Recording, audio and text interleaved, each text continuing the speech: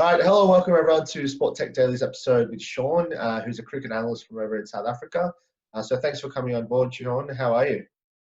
Well, I'm very well, thank you. Thank you for inviting me. Excellent, no worries at all. Look, as always, we'll get started off with yourself. So tell us a bit more about your background. So, I'm a South African.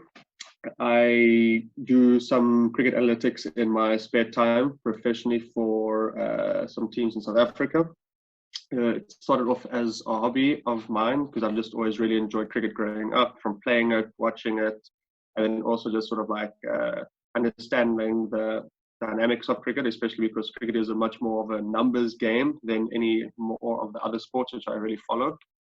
So yeah, I sort of grew up, and then I went into a more information field in my professional life, and I decided to sort of use some of my skills that I learned there to get into the cricket side of things through creating a database, and then being able to offer services which apparently weren't available on the South African front. So it started off as a hobby where I sort of created a database just so that I could better analyze South African cricket and understand players' performances between the two tiers, which is not available online that easily. And it sort of snowballed from that into being contacted by a professional team and being offered or being asked to assist them, to then being contracted by a different professional team, where it was then a real professional relationship, because obviously then there's a contract, there's remuneration, and there's roles and responsibilities. So that's sort of how it went in the space of 2 years. So it's been a fun rise to see how it goes, and it's also something that my business partner and I are trying to see how far we can take this in terms of what are the other avenues we can explore, because cricket is a very global game, so it's not just limited to South Africa. So you can try and find teams in other territories, and there's also other things relating to data, which you can do in cricket as well, which doesn't just relate to team performances. So, for example, we've written a write-up for a betting website to just sort of give further analysis. So not any odds on betting or punting, but just rather give more of that deeper analysis to the website so that people can then make their own their own analysis from this to then punt on. So these are just some of the things which we have done. Yeah. All right, cool. And even sort of within the time that you've started noticing it, have you noticed any changes, and who are sort of the main players in the cricket data space? So I try to see what's happening abroad, but at the same time, you have to sort of not try and do everything that they can do, simply because I feel like they cater to different markets. So, for example, I'd say the number one people in the cricket analytics space would be CricViz guys. Yeah. However, they have access to data which I can only ever dream of, because mine is all data or written down type of information, I can put it that way, versus theirs is also visual information. So they have information such as where the ball pitched, where it went through, where it would have gone, where the angles, obviously the seam deviation, the amount of spin and stuff like that, versus I don't have that. So at best I can tell you that an over was a maiden, versus they can tell you the nuance of the maiden, how it was, 4 balls were left, 2 were played at, etc., so sort of tell you, was it who actually won the maiden? Was it 6 balls that the batsman defended perfectly, or was it that the bowler was all over him and the batsman's lucky to not be out? Right. So I definitely say that they're the leaders and the type of people you wish you could be like. But once again, I don't have access to that information, nor do I think that Hawkeye or whoever supplies them that information is just going to willingly give it to me on a USB. So that's rather unfortunate.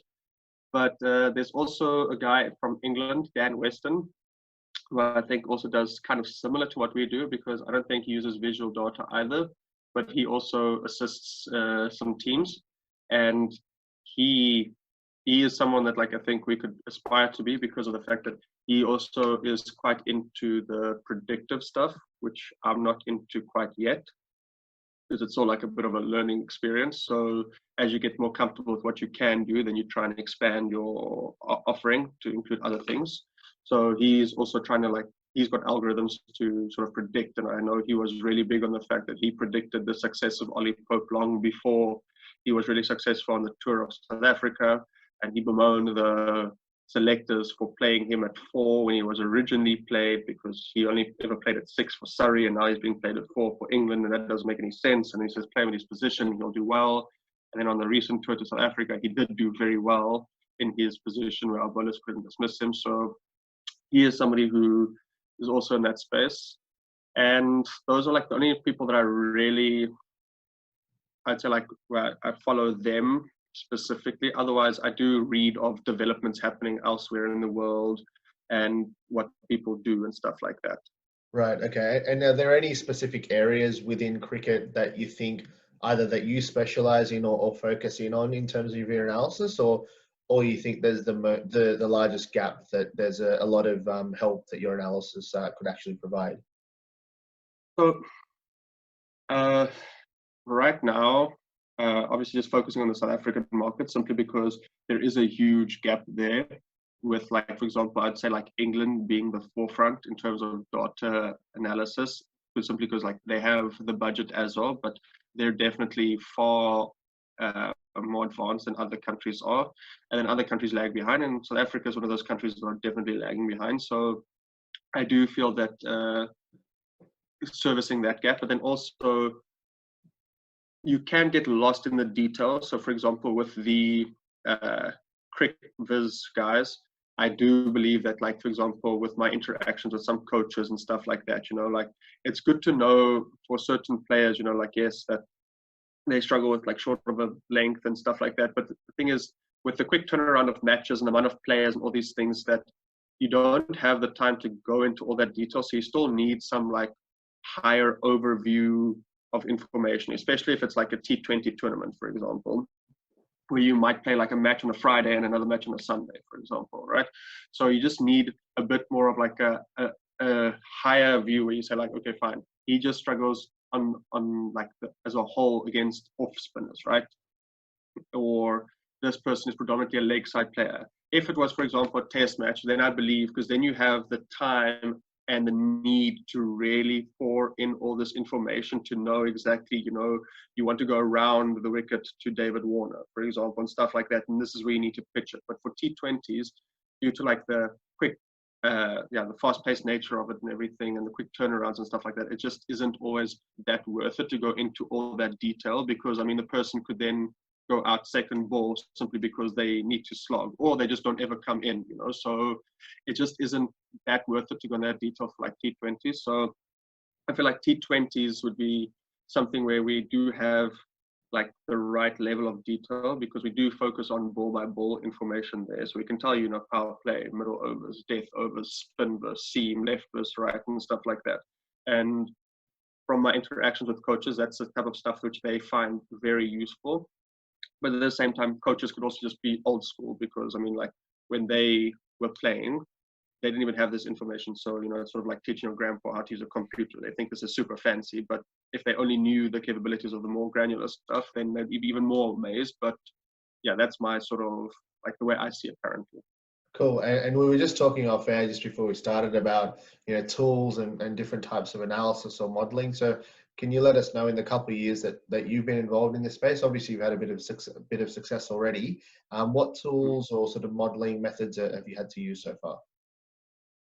So I predominantly, so like, I'm not the most technically advanced. So like my database in terms of my raw data is still predominantly Excel based. However, it is something I want to improve in this near future, simply because of the fact that like I've got too much data now, so it just sort of takes too long. Yeah. So I want to, through some of my work colleagues, improve it to like maybe a SQL database or something like that. But I mainly use Power BI in terms of like the actual visualization of my data. So my colleague and I, we will then think of different metrics that we want to use to sort of identify who are players that we think are dangerous, or that we think are worth signing, depending on what it is we're looking for. So if it's like a contracting phase, or if it's the opponent opposition phase and stuff like that, then we think of different metrics that we want to do to identify people's weaknesses and strengths. And then we decide how we want to display these. And then we calculate all this information. And then we sometimes weight it, sometimes not. And there's just mainly just like a gut feel that we have in terms of, like this is worth more than that one in terms of like identifying players. And so that's sort of how we do it. All right. And what are some of the best places to find cricket data? I mainly use Cricinfo, to be honest, from where I source my data. They're really good for anything which is professional, which is really good if like that is what you want to look at. So for example, because I work for a tier 1 team in South Africa, we would really only contract people from tier 2 teams. And because tier 2 teams are still technically first class, you can have all their data and Cricinfo and you can find it there. And then that's where I sort of collect my data from and put it in my own database. And then I can sort of see, like in the last 3 years in like tier 2, who are the people who are doing well and stuff like that. But there is another website called, I think, Web Sports. I'll have to double check. But this website is more for amateur cricket. Right. And then that one's also pretty good. So like, for example, like I can't do, like if I had to do the same in Australia, because I don't understand the Australian system too well, but like my understanding is like grade cricket is the one below Sheffield Shield. Yeah, that's true. So, but grade cricket does not have any status. So you can't go to Cricinfo and find, grade cricket statistics, right? So for example, if somebody makes their debut for New South Wales or South Australia or Queensland, for example, then you don't really know what was the body of work which led to this selection, right? Yeah. Except for maybe if they're like a under 19 player like a Lloyd Pope or someone, you're like, oh, okay, cool, fine, you know where he came from. But if some guy's like 27, he's putting the hard yards and all of a sudden he got his chance, then you're sort of like, where did this person come from? Versus we don't really have that problem too much in South Africa. So it's something where, like if you do ever go to different fields, you'd have to then sort of adapt your responses. But for me personally, I find Cricinfo's got like most of what I need simply because they have the scorecards and they have the ball by ball data, which is the most things which I track. Cool. And I think you mentioned before that, it's not that you do this 9 to 5 as your day job or you've done this long term, but you got into it, essentially a couple of years ago. So what would you recommend to someone who's a sporting fan, in this case, a cricketing fan that would love to get into sport data analytics? Well, if you want to get into analytics, you need data. So you need to figure out how it is you'll source your data and do it in such a way that it is repeatable, simply because obviously all data is not worth anything. Yeah. So you have to be able to update this after matches, after season. So you need to find a way that you can get this information and keep it current. Once you have that, I would say that your next step is that you need to somehow gain the trust of the community that you're in. So for example, I did this by tweeting my statistics on Twitter. And then you slowly but surely, like as you sort of post insights and valuable information, because there is always like a small community or a big community if you're Indian, like in terms of like your local cricket. So if you can sort of, and the players, the one thing I can definitely say is the players do form part of this community. They may not actually ever post or like anything, but I guarantee you that they are there watching. So if you, for example, say player A is better than player B, then like both of them may actually be there. I'm not talking about like Virat Kohli or AB de Villiers, but I'm talking about like your local players who play for like the local teams. Right. So if you actually manage to walk the line properly and not just like sort of badmouth people and sort of like give reasons why you have these opinions and especially like if you put in more of a positive light, you will gain the trust of these people. And surprising that people will reach out to you. I've gotten like lots of messages from players asking me for their own stats and stuff like that. And it's also through Twitter that I was contacted by a selector, which then sort of led me into deciding that this could be more than a hobby through interacting with a professional team. So I would say it's definitely, or like if you had to like repeat my way of doing it, I would definitely say it's that you have to have the data and you have to do it in a way that you can do this continuously. and then you have to prove that you have worth. And once you've done that, then I promise you, you'll be surprised at how people react to it, simply because I was of the opinion that things are a lot better behind the scenes in terms of what people have and resources, what they do, until you get there and you're like, ooh, there's not much here. And it could be different in depending on like which cricket community is your own. But even if, like, let's say for example you are in the UK, I can't imagine that like of all 18 counties, like sure, Surrey, Yorkshire, they obviously have the cash, they are doing the best that they can, but some of those Division 2 teams, which are just as credible because they play in the same competitions and they also have players and they play against these big teams, they don't have the same, but you can still get the same credibility because you then feature in these same competitions. So whether you're big, whether you're small, I believe in, irrespective of your country, you can find a way in to sort of assist. All right. And look, coronavirus, it's the topic on everyone's mind at the moment. How do you think it's going to affect the international cricketing environment in the next sort of 6 to 12 months? I honestly, like, I wonder if they will have to defer the Test Championship and the ODI Championship, simply because there will be several series which are now not going to be played. And then, although, in my opinion, the ICC Test Championship is not the most fair competition that there is, simply because of the fact that not everybody plays against everyone, which in my mind is already like a bit, yeah, like it's making it even less fair. So that if teams who have played a lot of their matches already, because also the calendar is not like super uniform. So, for example, South Africa will only, like, if the cricket for the rest of the year is written off, South Africa will only lose one test series versus other countries will lose more than one test series, right? So that balancing of points would not be fair. So I wonder if they will have to defer this because of the fact that, it just wouldn't have the same taste in it. Kind of like the whole, I feel like the English Premiership is having the same problem, with like declaring Liverpool the winner.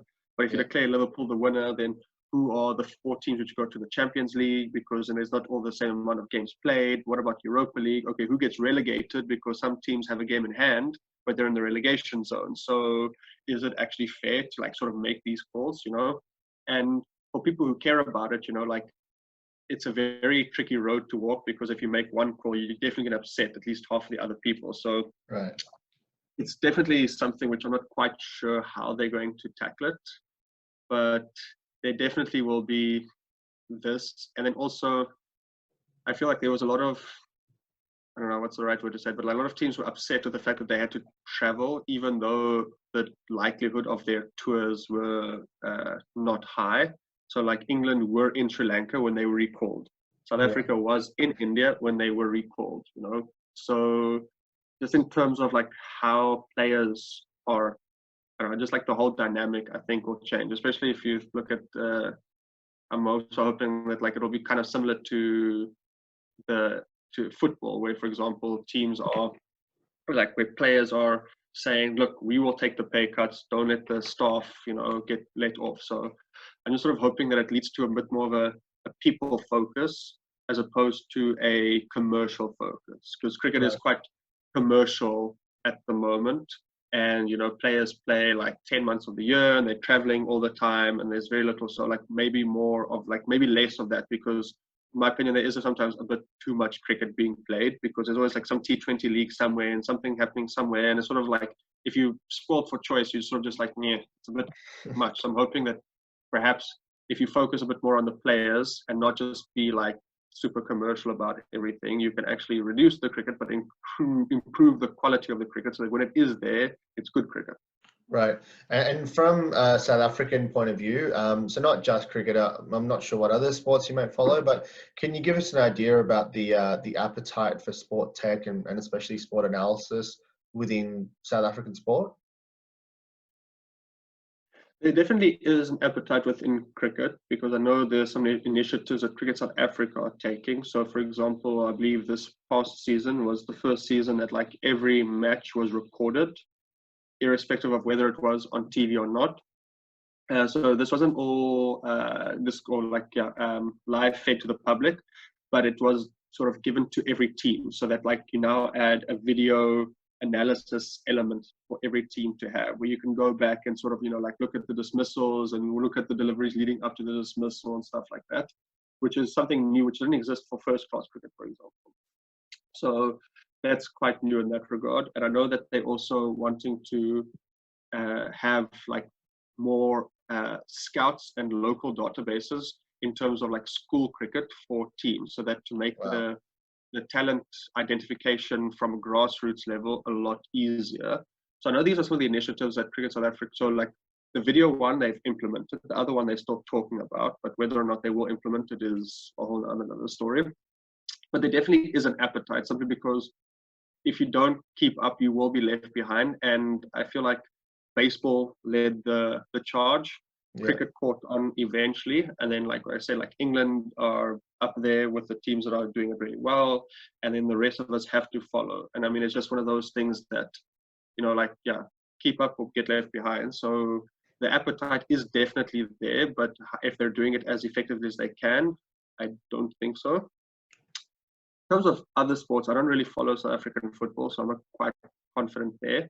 But I know that like South African rugby is definitely quite up there in terms of like the technological, like analytics and all those things, simply because of the fact that our former coach and now director of rugby, he played abroad, or not played abroad, he worked abroad for a long period of time in the Northern Hemisphere. Once again, in the Northern Hemisphere, money is not as much of a problem. So he had all these like advancements, and he was also quite innovative in his day, where like they told stories of like where he would like force his team to like practice with this music that they hated, because they were going to play an away game, and this music that they hated was like the music that was going to be played where they were going to be. So he needed them to like be able to hear each other while this music was blaring. He had his own signs that he would put on the roof, like lights, so that he could communicate to his players. So this is the culture so he's now the director of rugby in South Africa. So this is the culture that he's sort of fostering in there. And I know for a fact that like Rugby South Africa is quite like up there in terms of like their data analysis and how they evaluate players and identify weaknesses. And I mean, it's not by fluke that we managed to win the World Cup. So it's because of these things that you actually, the player management, but as well as the fact that you are able to best use your players through analyzing them. Yeah, excellent. Okay, and how about yourself personally? I'm assuming this is going to be a cricketer, but who are one of your favorite cricketers in the world? My favorite cricketer is easily Dale Steyn. There's just like everything about him that I enjoy. Being a bowler myself, when I play in between injuries, I always wanted to be able to bowl like Dale Steyn. Maybe that's why I'm a lot injured often, because you try to bowl faster than you should, and then you tear a muscle again. But just everything about him, the way like he makes bowling look effortlessly, the way that he dominates batsmen, and then also just like his persona. I think he's a very nice guy, and I'd love to actually just have a beer with him versus like other cricketers. Like they're good cricketers, but I don't know if you'd ever want to be friends with them. Right, fair enough. And what about your favorite ever sporting moment? Yeah, so cricket South Africa doesn't really have too many of those, so it's actually not a cricketing moment. Yeah, my favorite sporting moment, I would say, simply because it's still fresh and recent, would be like the 2019 Rugby World Cup. It was a very good moment, especially the way that we sort of led up to it. And if you look at like how improved the team you were from like 1.5 years out to the actual tournament itself, to being from like 7th in the world, having lost to Italy, losing to New Zealand 57-0, to being able to win the World Cup, I think is a tremendous success story. And also the fact that like how everybody had written South Africa off before the final, especially the English media. With like I remember one pundit saying with like if you had to choose a best combined 15, he would just choose the England 15. It's a bit of a, I think like, or I'd say like unexpected answer. I would choose South Africa A, simply because I feel like we just don't have the right feeder into international anymore. We kind of rely on like these amazing youngsters to just sort of just like come through from nowhere, like Yanaman Milan and stuff like that, versus we don't necessarily have enough like Rassi van der Dissens coming through, players who've applied their trade domestically, and then like almost like a Michael Hussey, but Michael Hussey is like the perfect example, somebody who's dominated locally, and when they come through, they sort of just like fit like a glove into the national team because they're able to do it when they're called up, versus like I feel like in the past we've had too many times we call people up and then they fail even though they've been domestically for too long. So it's in terms of just like bridging that gap. So don't rely on like Quentin Cox and Kagiso Rabadas and Lungi and Giddies. Like, yes, you're 19 and amazing. Obviously, it's fine. You can't sort of like make that any easier because they're gonna go they're gonna go to the top really quickly. But like the more like 20-odd-year-old people, the ones who need a bit more time to get ready, how you identify those ones who you think can play for the national team, so that you make sure that like your second 11 is there raring to go, so that if you do have injuries and retirements, that you don't have that slump, which we are having currently, like in the test arena, for example.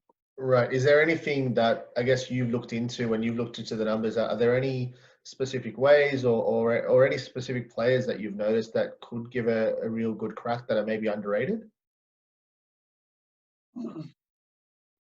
Not that they're underrated, it's just that they're not getting the opportunities that they should be getting. So like, for example, Carl Verena is somebody who some would say got his chance a bit too late. Same for Janeman Malan. But I do feel like when it comes to some of these players, they're now finally getting into the right space. But there definitely are some players which you sort of wonder, should they persevere with these players? And there's a lot of like middle of the road players which I think shouldn't really be given the rope that they are being given. So like sometimes like John Smuts, or not John Smuts, JJ Smuts, he looks good on paper, but the thing is whether he has the ability to actually bat internationally is something else. Because he's got a really good eye and he can hit the ball hard, but the thing is, against international bowlers, you need something extra, and not everybody's Verinder Sehwag, so he's not Verinder Sehwag, and he did look quite like bad against like England and Australia at times, so where I think like he did score like well against Australia, but then there was a lot of luck and hit and miss and stuff like that, so it wasn't the most convincing innings you've ever seen in your life. So there are players like these where I think like, look, they might serve a purpose for like a half a season or whatever, but that's not what you want. You want more permanent solutions. So like sort of like avoid picking these players simply because of the fact that yes, they're stalwarts of like the local game and stuff like that, and get to the more long-term solutions. Like who are the players who you can put there for like 3, 4, 5 years as opposed to for the next 6 months.